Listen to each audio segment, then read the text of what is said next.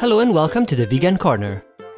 Have you ever wondered how to cook polenta? If you have, then this might just be the perfect video for you. And if you haven't, then you've got this far, there is really no point in turning back now. Real polenta has very little to do with its instant supermarket counterpart. It has a lot more flavor and also happens to be more nutritious. If you are still glued to the screen, it means that it is time to move on and cook some serious corn grits, or to try and find some super glue remover. The ingredient list is of course in the description below the video.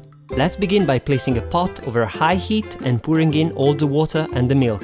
At this stage, you could also add some herbs and spices if desired, but if you are making polenta for the first time, I suggest you to make it plain. Next, add the salt if desired, of course. Once the liquid reaches the boiling point, pour the polenta into the water whilst whisking to disperse it.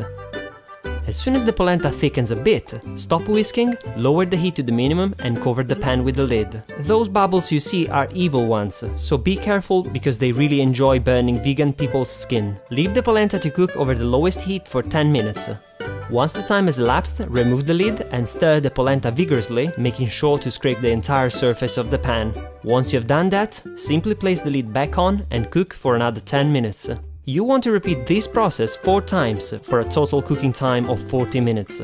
Don't be afraid of cooking the polenta a little longer, 1 hour or so, as it is believed that the more you cook it, the more delicious it becomes. However, this might require you to add a little more water, so keep an eye on it.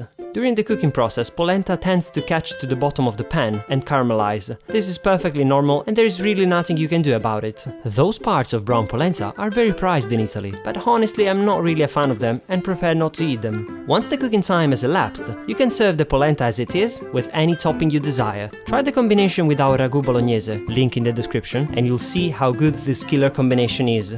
At this point, you can also pour it in a container and let it cool down completely. It will become a solid piece that can be easily sliced or diced. You should also know that it is basically impossible to eat polenta whilst still soft, because as I said, it hardens as it cools down.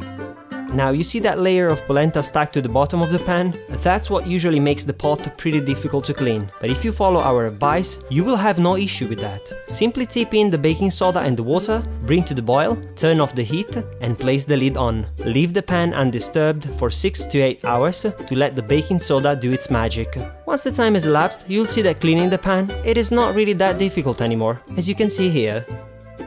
And this is the final polenta, one of the most nutritious foods around. Now you might think, that's a whole lot of effort to get some polenta. Well, I not only disagree with that, but I also strongly suggest you to give this recipe a go and see what I'm talking about. This really is some serious food, no doubt about it. I hope you enjoyed watching this tutorial and please don't forget to give this video a thumbs up before leaving. This is because we really like thumbs up. We are basically addicted to them. To the next video.